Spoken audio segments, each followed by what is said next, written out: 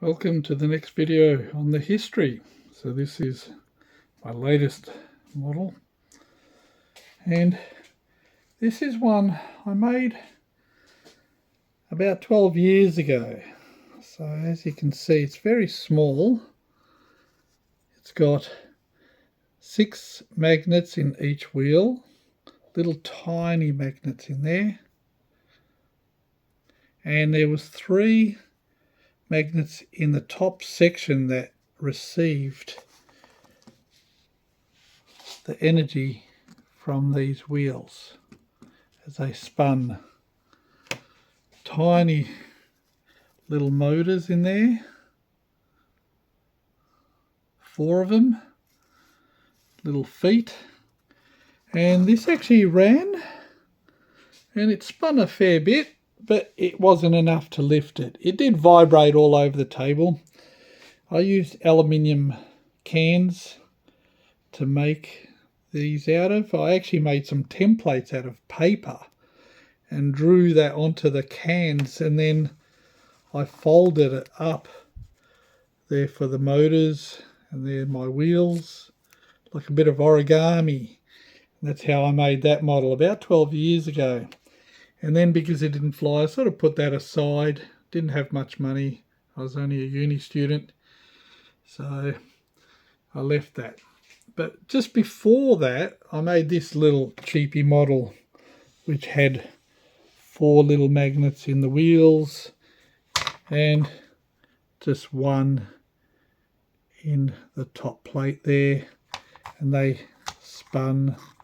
They were just little canisters from film canisters. I used a bit of balsa wood. Yeah, quite a cheap little model. That was before this one I made. And before that was just a little one here that used some propellers that impacted the plates there that spun around from my little toy copter. So that vibrated on the table. But what started all was these ones here. And these ones had like a rod in the middle and an electromagnet in the center and an impact plate.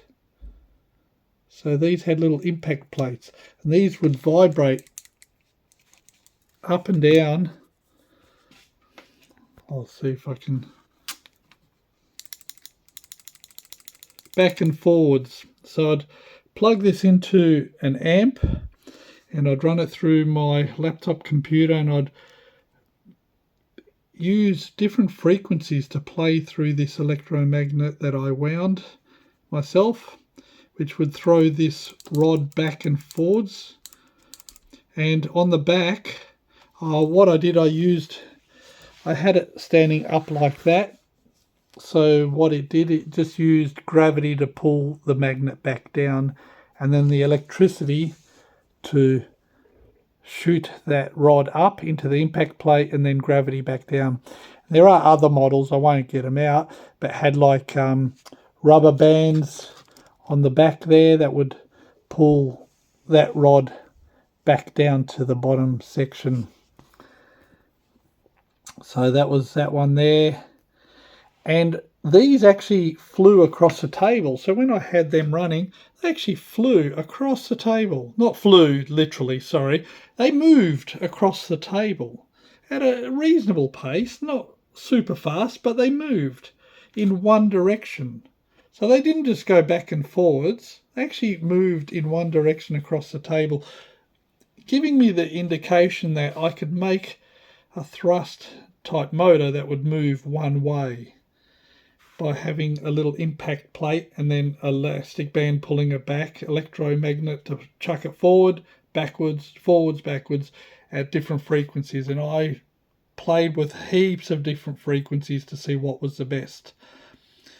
And other models after this one, but before that one, I had them on a cable, and they actually moved along the cable. It was a 2.5 meter long cable, and it moved at quite a pace. So I got it to move in 2.5 meters in 22 seconds, which isn't super fast, but it showed that I could make an object like this with the right frequencies and vibrations move across a cable one way.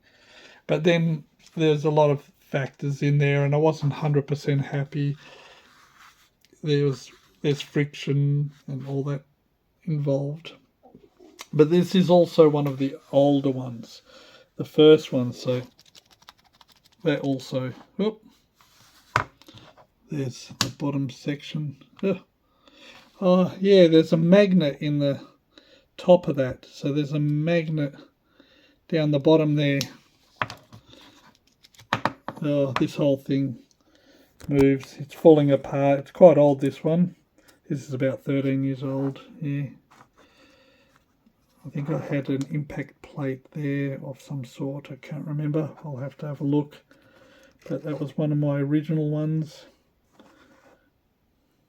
But I've got a few older ones, but I won't get them all out now. But so it sort of started with that about 13 years ago, and some other ones, and then this one, and then some other ones that flew on some cables, and then I thought I'd start changing my concept to these style here, and then to this style here, and then from that one to that one. Alright, so that's the history of these over about 13 years. But I've been playing with electric motors and magnets and all that for about 35 so years, if not longer.